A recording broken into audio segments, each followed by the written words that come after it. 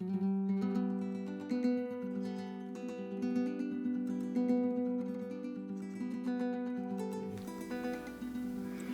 it's Ralph and Lonnie D'Amicus, authors of the Planetary Calendar. We're back with the forecast for December of 2024. And remember, we're doing the weeklies now, so if you want a weekly reminder, you're going to need to press the subscribe button and hit the bell for reminders when you're watching us on YouTube at Planetary Calendar Astrology. So let's start out with the first week of December 2024, and it starts on a Sunday. I love weeks that go Sunday to Saturday like that. So we're going to do the 1st through the 7th. And this is it's kind of an interesting week. If you read in the forecast, you'll see where it says A, which is for the 4th. Well, you said it's going to be a little bit exciting. Any week that starts out with on a Monday where Venus is trine Uranus. That's true. Excitement is going to be an underlying theme, especially since Neptune is making a hard aspect to the moon.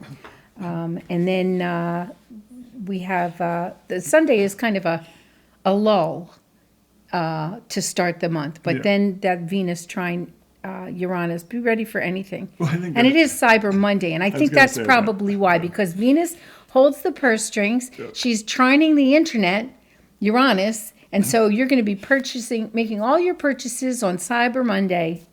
Exactly. It's gonna be hard to resist. I think it's going to be a record-breaking Cyber Monday. Actually. Well, and you might want to go into work a little late because the whole morning is void of course. Perfect time to do that shopping on the internet. Yes, it is. Now, the Tuesday, the 3rd, is relatively quiet. You got a couple of parallels going on. You got Saturn making an aspect. The moon's in Capricorn, so maybe the day, now Capricorn moon, the next day you would think, what did I spend? Well, that started at 1 o'clock. That's why I said get your spending in while the moon is still in Sagittarius. Exactly. And remember, Mercury is retrograde, so be aware of that. So as things go on, you may have to double check things. Okay. Right. Check the most risk-adverse approach if possible. Right. So Ralph talked a little bit about the 4th. There's a lot going on there. It's kind of a turbulent day. If it wasn't for that sun sextile Neptune, maybe that would have gotten a black box. But with all those planets above the number, we probably would have had to pass on that black box.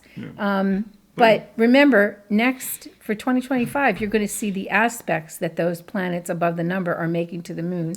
So that's one new innovation for you to look forward to in 2025. And remember, too, from late Monday all the way up until Friday, the moon is going to be in Saturnian signs, in either Capricorn or Aquarius. Right. So it's gonna the week will feel kind of emotionally restricted. You might say, just kind of more concerned with big social stuff than it is about the personal stuff. Even though with that, the Sun square Saturn, as we mentioned before, those are both in Jupiter ruled signs. But Mercury, the communicator, is opposite Jupiter at that time. So there's a lot going on there. Well, and call me Capricorn rising, but I think having those signs, the moon signs in the signs of Saturn helps to rein in a little bit of that overspending, over exuberance, impulse buying, that sort of thing for you people who want to get that start on Christmas shopping. You people who are already done, I don't even know how you do that. So if you want to drop me a email, let me know how that happens. It's also a very funny thing too, that because Mercury and Jupiter are in what's called mutual reception. They're in each other's signs. They're external signs.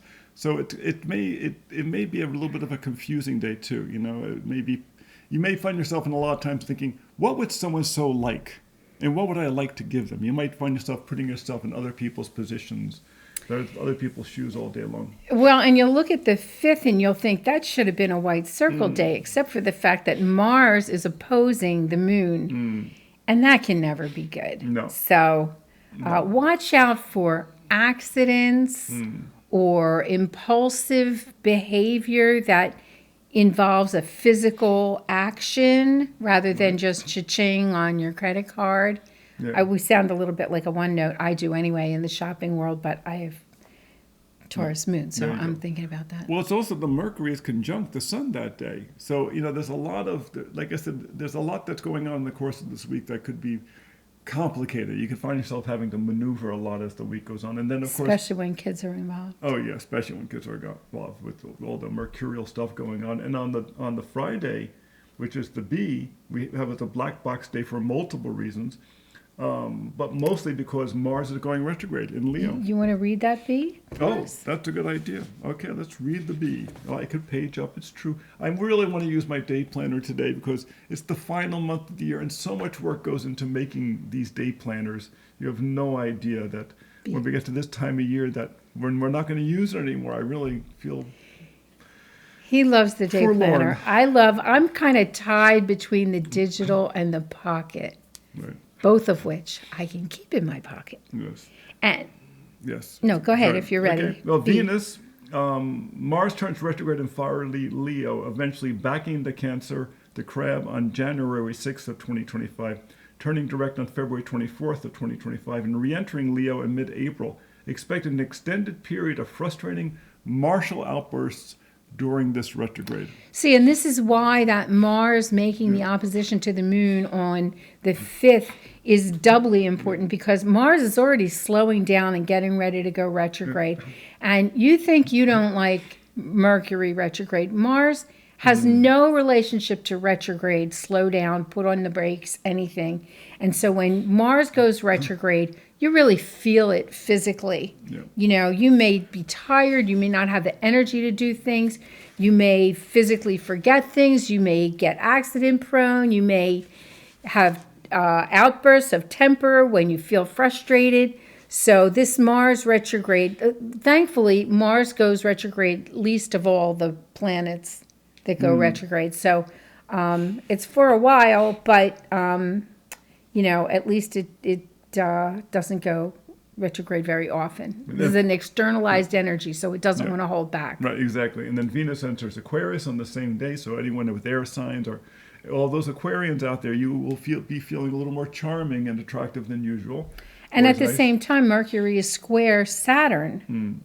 Yes. So you've got Mars turning retrograde, Mercury square Saturn, Venus is changing signs into Aquarius. There's a lot going on there. If we could have put a blacker box on that day, we would have. So don't start anything new. Lay low if you can. Regroup yourself. Readjust to these changing energies and give yourself a break. Exactly. And then on the next day, Neptune turns direct.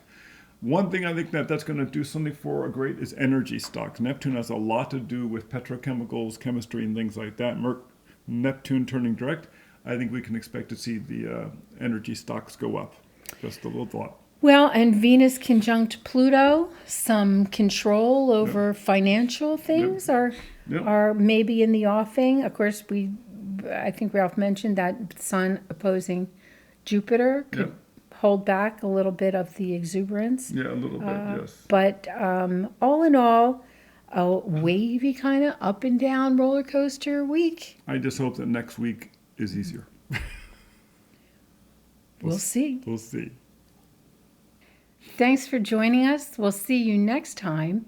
And in the meantime, if you need your 2025 calendars, you can go to planetarycalendar.com, where you can get 2 wall sizes, the pocket, the day planner, and the digital.